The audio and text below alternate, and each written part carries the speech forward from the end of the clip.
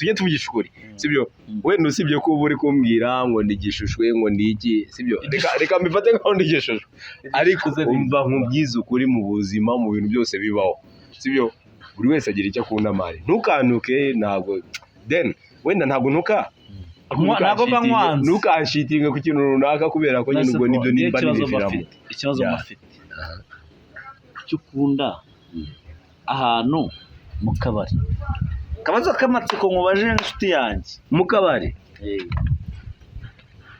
ungeraho ngo kandi waravukiye mu gipasiteri ubona ko mu mahame ahubwo si nta hantu byanditse ariko mu mahame nuko umwana w'umupasiteri iteka ananirana warananiranye ukana utambitsemo nako ntago ibyo nashaka kukubwira ahubwo nari natinye kubikubwira gutya mari ntugatinye urabizi neza ko urumva buriya reka tujye tuvugisha ukuri boy ndakumva inshuti yanjye cyane sibyo cyane ukuri hari igihe nicara mu mugore akamaze atari ku munitoni abantu bawukundira iki nkahita mubwira ni bandi bankunda se kambwira ngo abagore twitwa dushwanira none ejo bundi yambwiye akantu gato yarambwiye ngo uwitwa Umuhoza uramuzi wanditse nk'akajujyu se akajujyu ni izina akajujyu ninde yarabimbajije mani sibyo nabwo nyine akajujyu ni umuntu nasanze ahantu hari bita niba ari bujujyu bitanandikaho akajujyu kubera ko nabonye ari umukobwa nyine ariko ari gato ni mu Rwanda hano za Muyumbu naye hano mu karere ka Rwamagana arambwira ati yego ndabwira yego arambwira ati yo wandika izina rye aho ndabwira ntaryo nanditse musubiza nguki nabuze igisubizo musubiza nguki nabuze igisubizo arambwira ati ariko ubundi niba ngiye nawe buri munsi dushwana dupfa telefone ubwo umugore yamupfa telefone iteka iyo dushwanye ni telefone yagiye mabona ka message niba agiye gusiba nasinze abonye message we nanishyuye ahantu handitse ngo Icyizere Lodge Company urumva ariko Icyizere Lodge ako kajamura kumva aho ka Lodge niko kaje aho ka Lodge kaze mugahita kavuga ngo ubdeni wagiye kwishyura muri Lodge wajyanye munande kutagiye muri Lodge wenyine kutara mu gasozi wagiye gukora mu ntara birumvikana akasa bro wagiye ushyiramo akenge ukareka ibintu mane nk'ibyo niba uri umupapa turi kuganira yes turi kuganira niba uri umupapa ufata ibintu bya Lodge gute ugafata ibyo bya company Lodge nukora ndabiza akazi kawe ntabwo ukora mu marodi kandi ari message ya mu mani uravuze ngo wanditseho umuntu akajujyu akajujyu wandikaho ngo company Lodge oya ntabwo ari company Lodge deni nishyuye wenda tuvuge ibintu bitanu by'inzoga nanyweye kubera ko nywa byeri pingiraga abantu banzi murabizi kuri company ndanywa kuri company nahishyuye kwa kundi ufata nyine Icyizere tuvuge wenda niba ufite akabari kitwa Icyizere bare sibyo oya wavuze ko ufite na Lodge ubwo urumva byamaze kurenga umurongo byabaye Lodge bigiye kuba na company ahubwo umugore wawe azi ubwenge ajyaga kwiga yiga iki kubera afite ubwenge umugore umenya ko ntabwo kugakunda hari ihene haba hari ikiziriko n'ubundi buramo ahantu hari akabari na Lodge ziba ziri aho hafi yego urabyemera ndabyemera ariko umudamu wawe nubwo mvuze ngo ajya kwiga yiga iki ariko ararengera kubera iki gakeya nese ubu tubaza ububari nyabo barakufata buri mu gihugu bunafatika ariko akari katagera Lodge kabaho oya buretse wivunika iyo umugabo ahaze umugore agahaga ni ukuvuga ntibahaze ibyo batetse bahagiye mu kabari bariye inkoko bariye ibiki byose nari kwamamaza hano barananyweye hakurikiraho iki akabazo k'amatsiko ariko n'umunyeshuri yarabivuze mwarimu yaramubaye ati mu bintu byose biryoha haryoha iki avuga iki abana bose bahera ruhande haryoha inyama haryoha umuceri haryoha agafiriti abana bakunda ifiriti noneho umwana umwe arangiye baramubwira ati ese wowe kutavuze kandi wicara ku ntebe ya mbere ariwe dufata nk'intyoza ubwo ni intyoza umuntu ugiye kuyambera mu wa mbere arangije arambwira ati tica hano bivuga wariye kandi ibyo nkubajije wanyweye wahaze ugahaga ati ni ukuri kw'Imana haryaho agaturu ka saa 11 umwana wo mu wa kane primaire oya dedeni turi kuganira nese umwana muri primaire mu wa kane mfurazi wacu nimudufate nabi turi kuganira sibyo primaire mu wa kane kubera ko hari ukuntu twebwe ababyeyi hari ukuntu tugenda sibyo tukarya tukanywa nyine tugataha twebwe ubwacu twumva ko ariko urashonje twibereye muri mudu runaka sibyo ugataha utekereza umugore wawe wasize mu rugo ukunda niyo yaba atagukunda utamutekereza wowe wakizemo agacupa niba utagira defo yo kujya ku cyabiri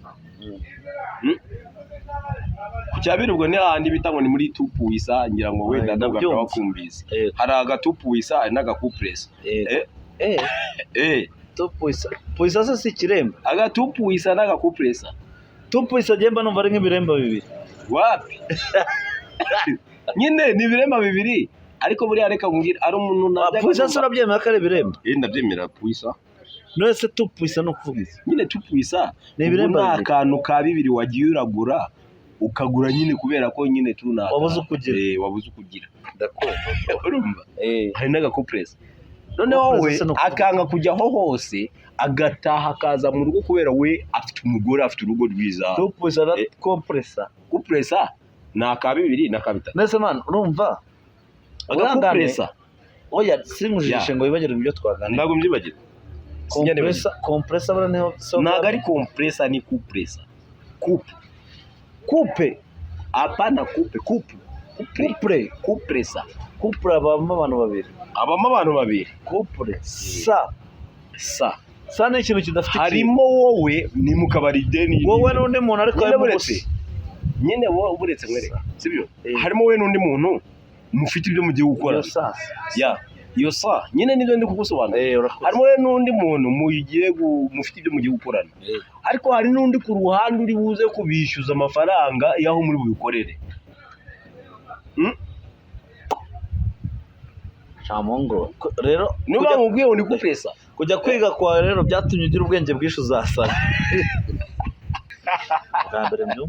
okay nibyo twaturiho then arifashe n'umugabo wubatse urugo sobanurira nsobana katresa na puisa nibyo ndi kugusobanurira sibyo yanze kujya kuri tupuisa cyangwa kupresa nandukanyiriza kabiri Selemani kuva bivuga watangiye saje nk'iminota 5 ubibaza na kupresa ndamenya na tupuisa ndamenya wakabe babiri bitandukanye wowe nuwo muri kumwe tu babiri nabibitse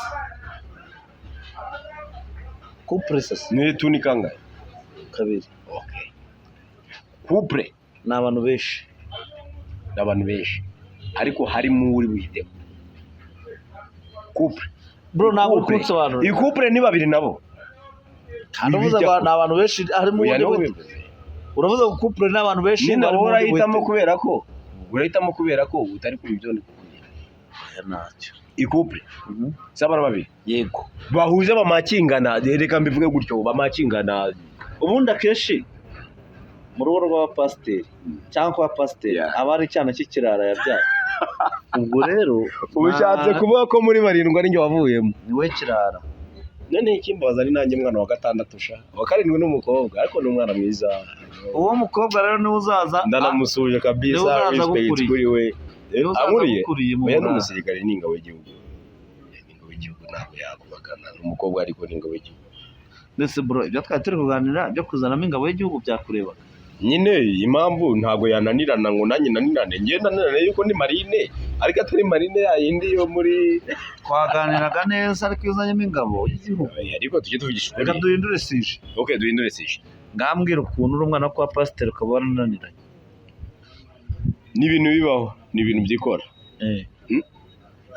deni umwana arivukira agavukira se rero ukuntu bimeze bro sibyo njye nama nakugira wava mu nzira mbi urimo ukagerageza ese undi uteganya gushaka umugore cyangwa ntabwo warayobye buriya rero embo iyo umbwiye nk'inzira mbi sibyo nkaba nzi ko naturutse ku Ruyenzi nkazana moto nawe ugaturuka ku Gisozi ukazana moto kandi naje n'amaguru ariko wanyuze mu nzira bimbwira ngo inzira mbi zirasa waje muri kaburimbo kuva mu rugo kugera yego cyarabona amara ugita karaciye modo aho nari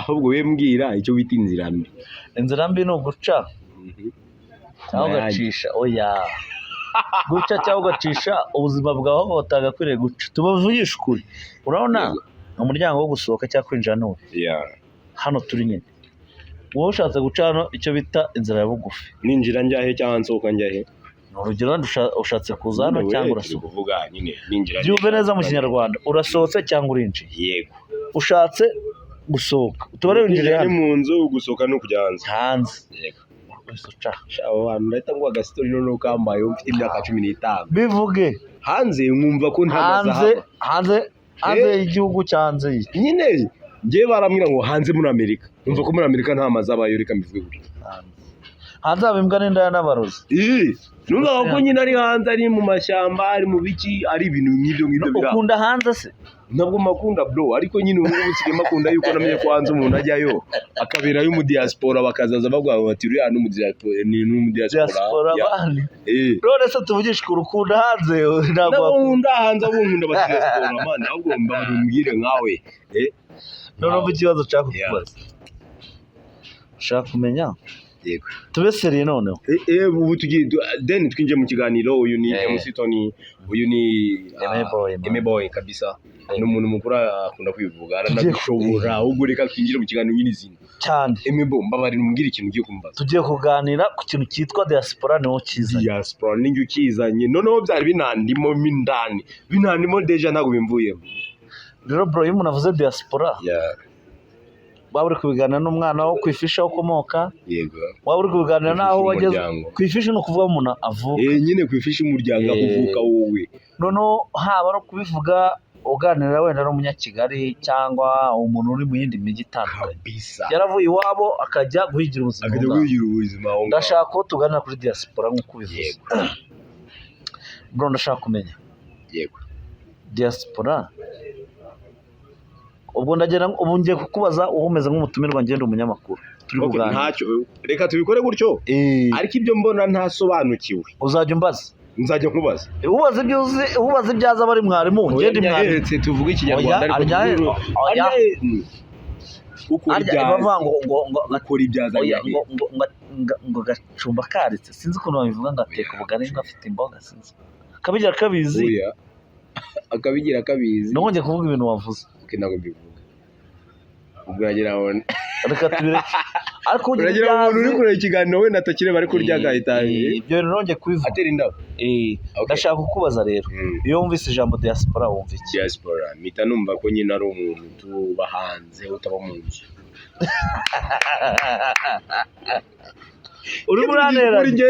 urimo uranteranya bro tuvugishe ukuri ndavuze uko mbyumva ni uko ubyumva diaspora ni umuntu uba hanze utaba mu nzu niko byumva niko ubizi ntabwo ariko njye ndakubwiza ukuri sibyo aka kanya simba mu mujyi wa Kigali mu karere ka Nyarugenge unyirukanye muri Nyarugenge ntakirwamagana unyirukanye mu Rwanda ntakirwamagana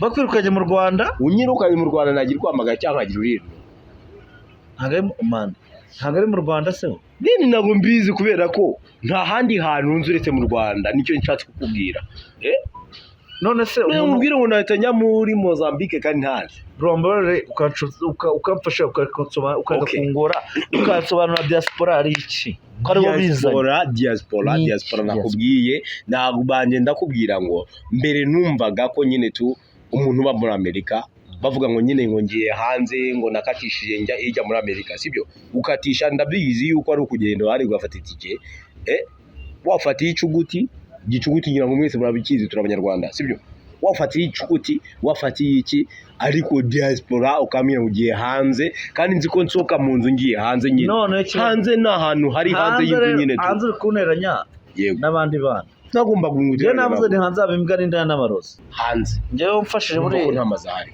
ngaho ivunika ngiye kukubaza icyo kireke yego kuki urubyiruko rw'ubu wenda no rwashize sinari imari ndavuga iby'ubu kuko ibya kera sinari imari uvuga ubu ngubu menya umuntu uzarebe mani hari ibintu byari bigezweho kera biri kugaruka ubu ngubu mani bigahitinga tu none ndashaka kumenya kubera icyo abantu ba kera ba kera sinari mani yego kuki abantu bubu umuntu uziranye n'umudiyasipora nk'uko bivuga diaspora tuzi ko ari umuntu uba hanze nk'uko wabivuze yego kuki aba yumva ategereje amakiriro cyane kurenza uko wowe yakigira akavuga ati ngiye sinzakora iki kuko negereje umuntu uri aha nawe bro nimba uzi ubwenge ubeseriye unsubize neza haba ari urubyiruko haba ari umuryango buri muntu wese ukomeye cyangwa ukanyakanya cyangwa ugize gute abategereje amakiriro kuri diaspora no kuvuga noneho tubisobanure neza ni ukuba ufite umuntu muziranye uri hanze nk'uko wabivuze ariko hanze turi kuvuga ntabwo ari handi haba imbwa n'indaya n'abarozi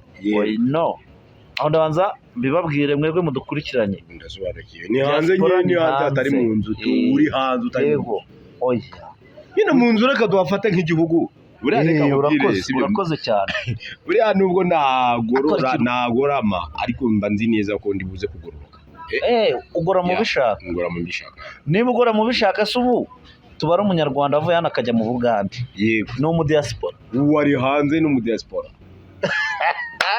none se umuntu uvuye hano akajya i Burundi nawe ni umudiyasipora ubwo ni umudiyasipora ariko ntabwo ari iwe ntabwo ari mu gihugu indani ni umudiyasipora wa mugabo umenya aka kanya mu Burundi arimo baramwita umudiyasipora kubera ko yaturutse mu kindi gihugu dufite umuntu wacu w'umudiyasipora uba mu Burundi sinabyumva ibyo none se diaspora ubundi diaspora y'abantu bari umuntu dusobanure diaspora by'umwihariko urakoze noneho nindangiza baza kuko byakuraniye yego ubundi diaspora niki ubwo mikoro no wifite ugiye kumbaza yego diaspora ukuntu mbyumva diaspora mbere na mbere wavuze ko ari umuntu uba hanze kandi hanze twaganiraga mu kanya kashize ni ahantu twavuze ngo hanze haba imbwa n'indaya n'abarozi rero diaspora numva cyangwa uko mbitekereza ni umuntu uba hanze ariko mu gihugu gikanyakanya gikomeye kivuga ati wenda hano nasize umuntu tubare wenda nimba ageze Burundi ntabwo numva umuntu waba uri Burundi mba namwita diaspora bro nimba ariko ari mu gihugu kitari iki si diaspora si tugiye mu Burundi nibyo mbara wize mu gifaransa cyangwa mu cyongereza ntabwo nize mu gifaransa nize mu cyongereza mwe mukita dictionary yego tugiye muri dictionary twasanga diaspora bivuga umuntu uba hanze y'igihugu cye umuntu avuye muri Amerika bro ngiye kukubaza byoroshye umuntu avuye muri Amerika aje kuba mu Rwanda abantu basigaye baravuga ngo umudiaspora wacu uba mu Rwanda ntabwo bavuga umudiaspora wacu ahubwo mu Rwanda tumufata nk'umudiaspora kubera ko yaturutse hehe hanze none se twebwe umuntu wowe uri hanze tuzamufata gute uwacu uri muri Amerika undi wacu uri muri Amerika tuzamwita gute ni umudiaspora muri Amerika kubera ko hariyo imani reka nkubwire hariyo ihuriro ry'abanyarwanda hari ihuriro ry'abanyarwanda baba muri icyo gihugu bro twarayobye mu mitekerereze bamaze kuba abadiaspora ariko bihuje bakora ihuriro nk'abanyarwanda abadiaspora nk'abanyarwanda iryo huriro ni diaspora nyarwanda hehe muri Amerika noneho hano n'abanyamerika bazihuza hano mu Rwanda rizaba diaspora y'abanyamerika mu Rwanda ubwo diaspora bisobanura iki mu cyongereza ni umuntu utari mu gihugu cye uri ahandi atitwa impunzi sibyo si impunzi urumva ahantu ugeze nyine turi gusobanura turimo turasobanura reka tujye tufata tugorore tugorore ni umuntu uri ahandi atitwa impunzi ahari kubw'impamvu wenda ni impamvu y'akazi cyangwa iki ntiyirukanwe n'igihugu cye aracyakunze igihugu cye kandi mu gihugu yasize kiracyitwa igihugu cye kandi yakivuyemo nta kibazo afite nta n'ikibazo afite we mbega yavuye mu gihugu nta kibazo afite kandi abasize ari amahoro nk'uko mu Rwanda turi amahoro umuntu akavano nta kintu ahunze akagenda agiye kuba wenda mu Burundi ni urugero cyangwa muri Kongo cyangwa muri Tanzania cyangwa mu Bugande noneho aho ngaho ageze ahasanze abandi ntabwo agiye yisanga sibyo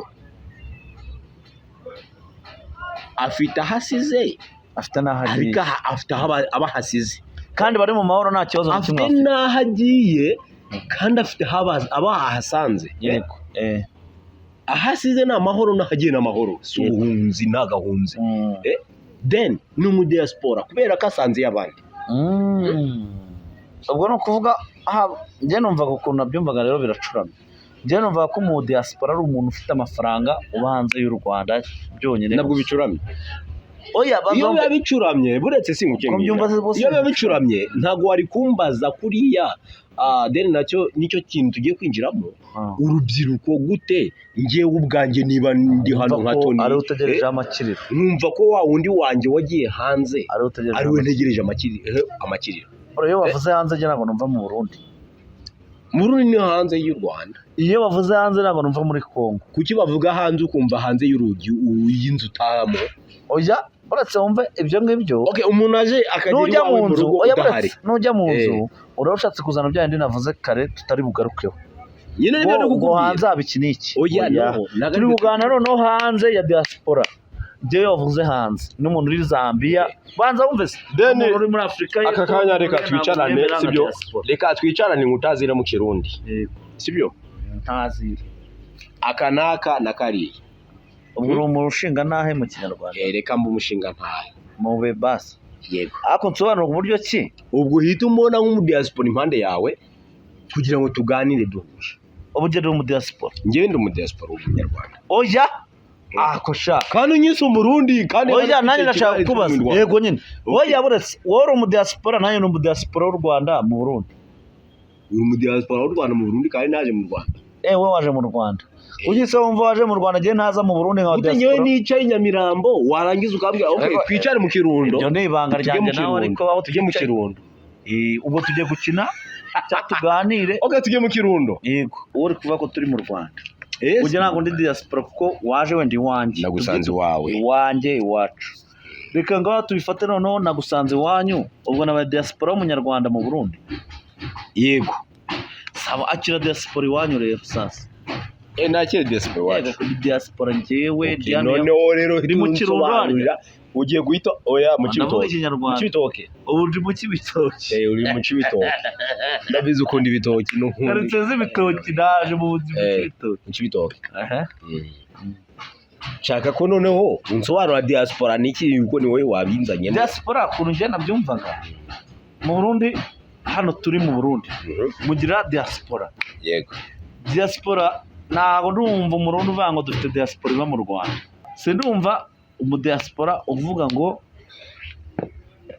dufite oya sinumva umunyarwanda uvuga ngo dufite diaspora muri Kongo. Sinumva urugero namwe nawe hano iwanyu mu Burundi hano mu Kibitoke. Yego mu Kibitoke. Ha Murundi mufite umudiaspora uba muri Kongo cyangwa mu Bugande cyangwa he. Ngiye kintu nemera cy'umudiaspora marumva ari umuntu warenze Afrika kandi ngiye kubisobanura nawe uzabaza babizi. Nabo nzabibaza. Diaspora marumva ari umuntu warenze Afrika akajya hakurya y'amazi afite icyo amariye imiryango yasize aha nuko byumva diaspora. Kubera iki ubwo tujya ku kibazo nari nanjye wari wo wambaje hera kuri icyo niko njya mbyumva. Umuntu wambutse Afrika akagera hakurya n'uwe waba uri muri Afrika y'Epfo. Afrika y'Epfo cyangwa se ikora ku mupaka wa Afrika. Ikora ku mupaka wa Afrika ikora no kuri Canada na. Turi kuri Afrika. Ubwo ntabwo nakemera ko no mu diaspora muri Afrika y'Epfo. Bro wumva umuntu uvuga ngo diaspora yacu iba muri Afrika y'Epfo. Ariko hariyo diaspora bro. Oya tureke kujya mu bya politike man. Kyo turi kwigana nk'abanyamihanda abantu bazi ibintu byo hanze. Okay. Aho rero niho tujye kuzamukira. Uyu ni MC Tony umuhungu wanyu Emi Boy kabisa. Mukomeza mukora subscribe share na comment kugira ngo dukomeze turyohewe. Niryo terambere tujya mu bundi muzatubona kesha hano kwicano. Yewana kabisa. Then igihari rero ikiriho. Umuganda aravuga ngo ikiriwa nawe yogera. Yego na rumanyinyo